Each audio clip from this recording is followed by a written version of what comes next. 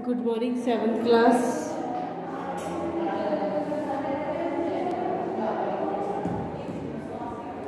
देखिए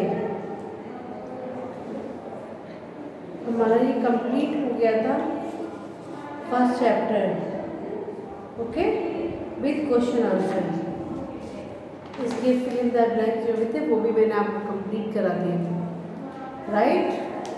आज जो हम पढ़ेंगे वो पढ़ेंगे पार्ट सेकेंड।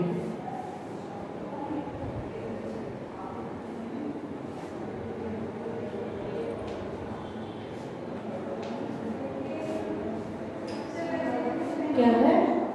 वर्ण विचार।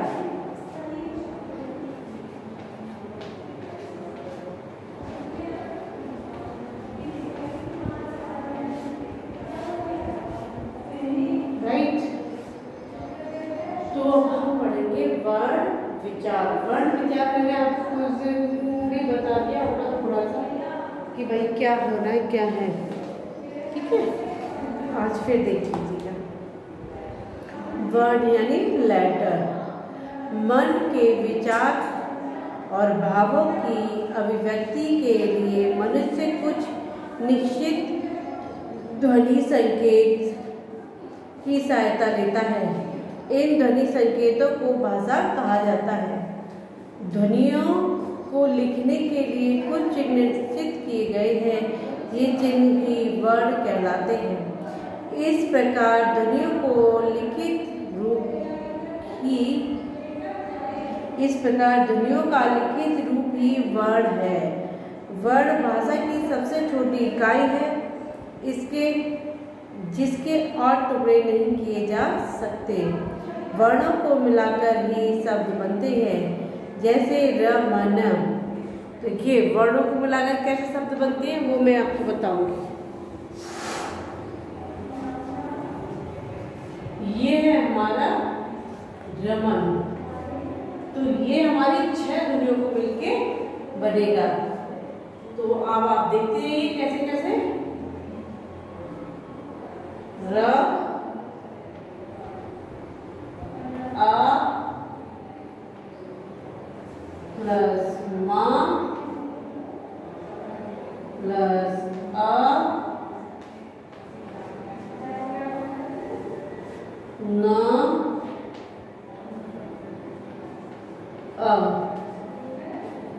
देख लीजिए कितनी है, 1 2 3 4 5 6।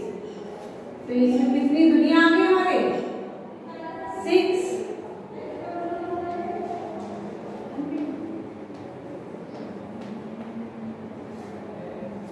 6 ध्वनियां, राइट। फिर उसके बाद में क्या है? रमन के बाद बाजार,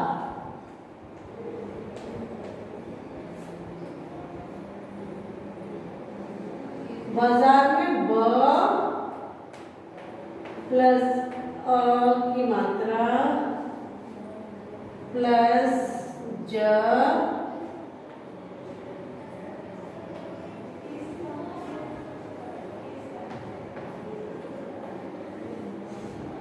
र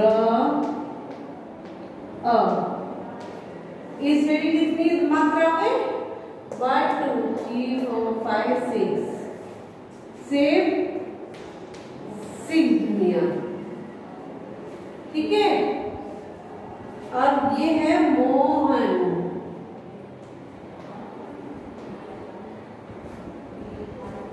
इसमें भी 6 ध्वनियां ही आएंगी। कैसे कैसे? इसमें मात्रा है तो मात्रा में कैसे आएगा? जैसे कि म प्लस ओ की मात्रा हमारी लगती है, ठीक। हाँ,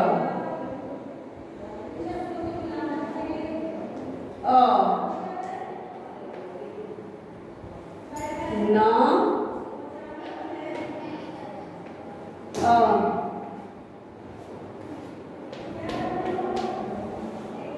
one two three four five 6।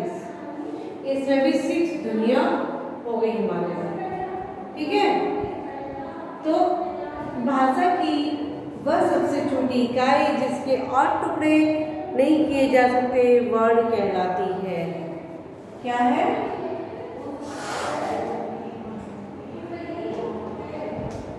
भाषा की वह सबसे छोटी इकाई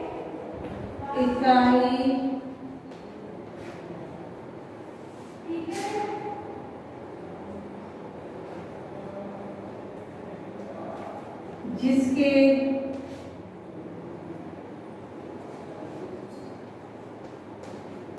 और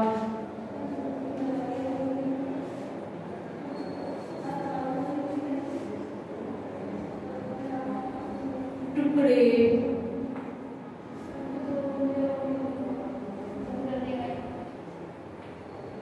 नहीं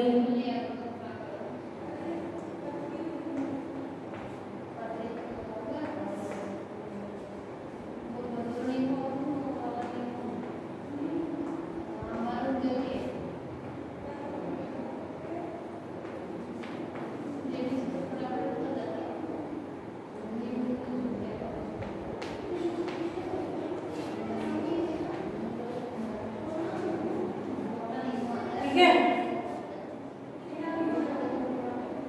भाषा की वह सबसे छोटी इकाई जिसके और टुकड़े नहीं किए जा सकते वर्ण कहलाती है। राइट। फिर वर्णमाला यानी कि अल्फाबेट। प्रत्येक भाषा की अपनी एक वर्णमाला होती है। वर्ण जब एक निश्चित क्रम के अनुसार समूह में रखे जाते हैं तो उसे वर्णमाला कहते हैं। हिंदी भाषा की अपनी वर्णमाला है जो निम्नलिखित है, जैसे कि अ आ इ ई उ ऊ औ, ऋषि ए ऐ ए औ औ, कवर क ख ग घ च छ झ झ ट ठ ड ढ त थ ध ध न प फ ब भ म य र ल व श स स ह छ त्र ज्ञ नि ऋषि अ ज फ अ आह। इस तरीके से जो संयुक्त वर्ण और आगत वर्ण और अयोग वाह वाले, ठीक है। तो ये आप लोग देख लीजिए जो मैंने आपको लिख रखा ऊपर। फिर वर्णों के भेद। वर्णों में कितने भेद होते हैं? उच्चारण के आधार पर हिंदी वर्णमाला के वर्णों के 3 भेद होते हैं, स्वर, व्यंजन और अयोग वाह। ठीक है, तो मैं इसको कर देती हूँ इरेज कर दो।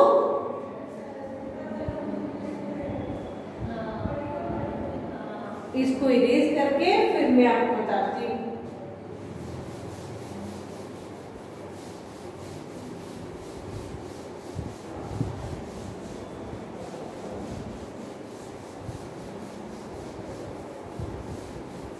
ये लीजिए,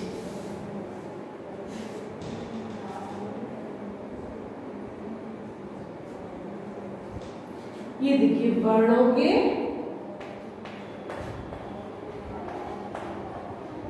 भेद कितने होते हैं? 3।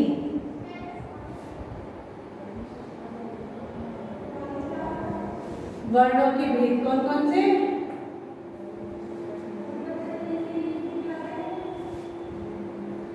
स्वर,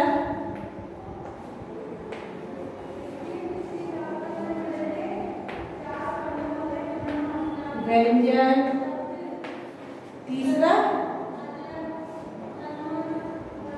अयोग वाह।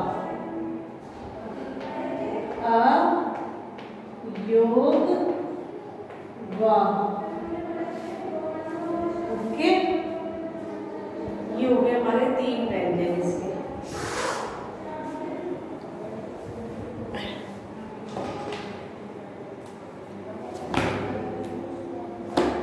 देखिए स्वर। स्वर क्या कह रहे हैं? जिन वर्णों का उच्चारण बिना किसी रुकावट से अपने आप होता है और जो व्यंजनों के उच्चारण में सहायक होते हैं वे स्वर कहलाते हैं, जैसे अ, आ, ई, उ, री, शी, ए, ऐ, ओ, औ। इसमें कोई रुकावट नहीं आई है और ये बोलते ही चले गए हैं। ठीक है, अब देखिए इसमें क्या चलेगा, स्वरों के भेद भी आ जाएंगे। अभी तक तो हमने क्या पढ़ रहे थे, वर्णों के भेद। वर्णों के भेद में हमारा सबसे पहले था स्वर, सेकंड नंबर पर व्यंजन, थर्ड नंबर पर अयुग्म। तो अभी हमने जो पढ़ा था वो स्वर पढ़ा था। अब स्वर के पढ़ते पढ़ते इसमें आया है स्वरों के भेद। स्वरों का वर्गीकरण निम्नलिखित दो आधारों पर होता है। कौन कौन से आधार पर? व्युत्पत्ति के आधार पर और उच्चारण में लगने वाले समय के आधार पर। देखिए, क्योंकि बिना लिखे आपकी समझ में आएगा नहीं और मुझे ये लिखवाना ही पड़ेगा।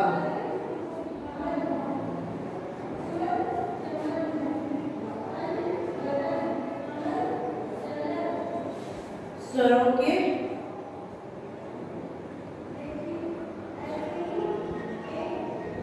स्वरों का वर्गीकरण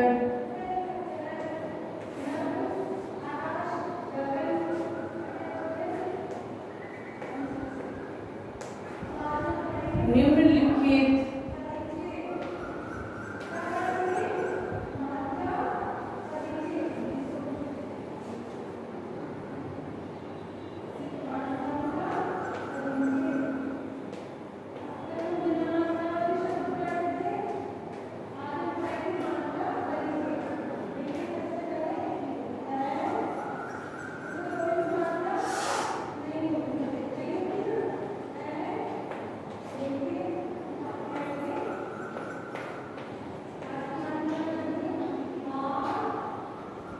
नंबर 1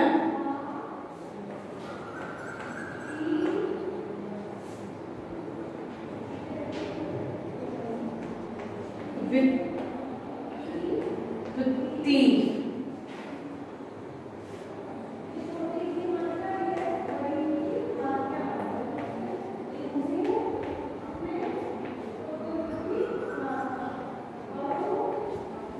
और नंबर 2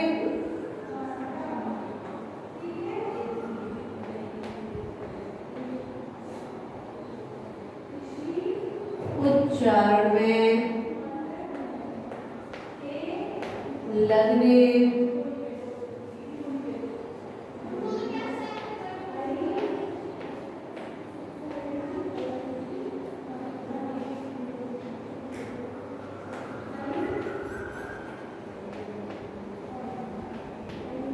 आधार पर। ठीक है, व्युत्पत्ति के आधार पर स्वरों के भेद मूल स्वर और संधि स्वर। अब इसमें भी जो फर्स्ट वाला है इसके आधार पर भी शब्द दिए गए हैं, जैसे कि इसकी व्युत्पत्ति के आधार पर भी दो होते हैं, मूल रूप और संधि स्वर। मूल स्वर वे स्वर जिनकी रचना किसी अन्य स्वर की सहायता से नहीं होती, मूल स्वर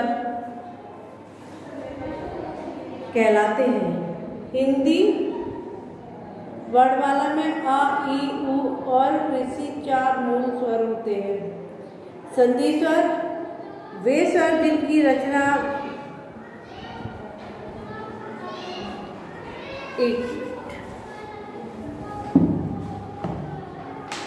इसको हम कल पढ़ेंगे। ठीक है, यह हमने व्युत्पत्ति यहाँ तक हमने पढ़ लिया, स्वरों के भेद तक। अब इसको कल पढ़ेंगे, राइट।